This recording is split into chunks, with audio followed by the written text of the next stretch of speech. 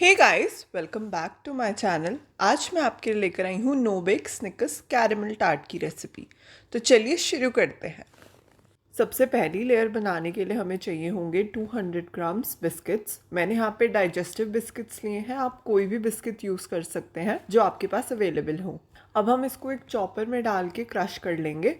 अगर आपके पास चॉपर नहीं है तो आप फूड प्रोसेसर में भी इसको कर सकते हैं, या फिर आप एक जिपलॉक बैग में डाल के इसको रोलिंग पिन से भी क्रश कर सकते हैं। हमें 2 कप्स क्रश्ड बिस्किट्स चाहिए। अब मैं इसमें डाल रही हूँ half cup Amul unsalted butter. मैंने जो बिस्किट्स यूज किए हैं वो ज्यादा स्वीट नहीं है, इसलिए मैंने अनसॉल्टेड बटर यूज की है। अगर आप जो बिस्किट्स यूज कर रहे हैं वो ज्यादा स्वीट है तो आप सॉल्टेड बटर भी यूज कर सकते हैं। हम इसको अच्छे से मिक्स कर लेंगे। हमारे बिस्किट्स अच्छे से रेडी है कि नहीं वो चेक करने का तरीका है, आप थोड़ा सा बैटर हाथ में लीजिए और आप इसको अगर प्रेस करेंगे तो ये एक शेप होल्ड करना चाहिए। अगर ये शेप नहीं होल्ड कर रहा है तो मतलब आपके बिस्किट्स को और बटर की जरूरत है, तो आप थोड़ा सा बटर और ऐड कर दीजिए। पाई को सेट करने के लिए मैं एक पाई टिन यूज कर रही हूँ जिसका बेस रिमूवेबल है।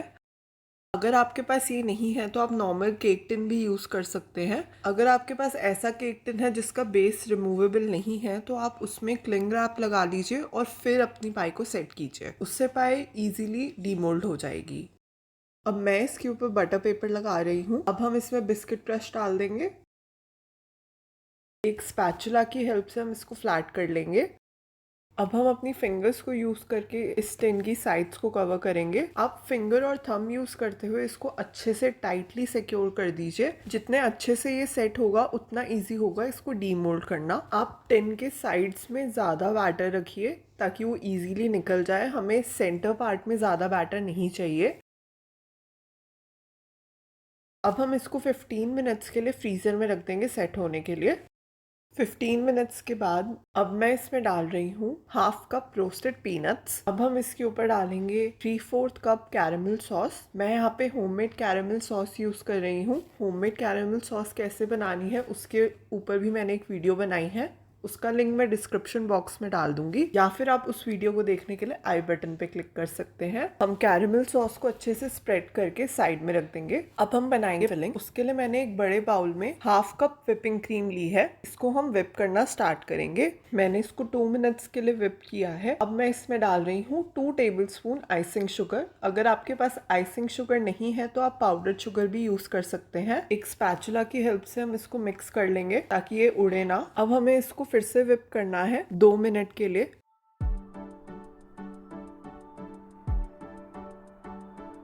2 मिनट के बाद आपको ऐसी सॉफ्ट पीक्स दिखने लग जाएंगी, इसका मतलब आपका बैटर रेडी है।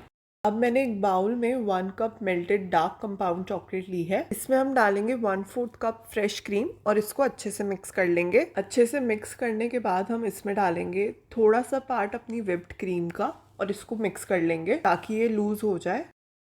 अब हम इस बैटर को डालेंगे अपनी व्हिप्ड क्रीम में। जब ये अच्छे से मिक्स हो जाए उसके बाद हम इसमें डालेंगे 1 टीस्पून वनीला एसेंस। अब हमारा बैटर रेडी है। अब हम इसको अपने सेट टिन में पोर करेंगे। इसको स्पैचुला की हेल्प से इवन कर लीजिए।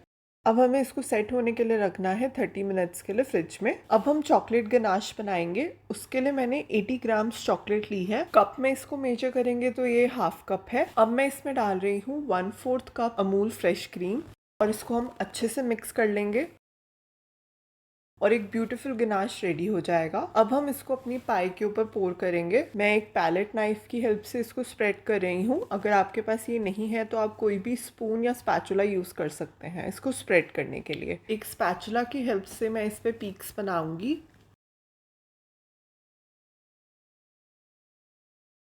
अब हम इसको डेकोरेट करेंगे स्नीकर्स के साथ।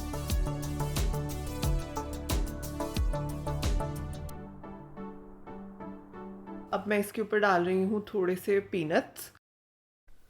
अब इस टिन से छोटा हम एक बाउल लेंगे, उसके ऊपर हम इस टिन को रखेंगे और बहुत ध्यान से हम इसके साइड्स को लूज करके इसको डीमोल्ड करेंगे।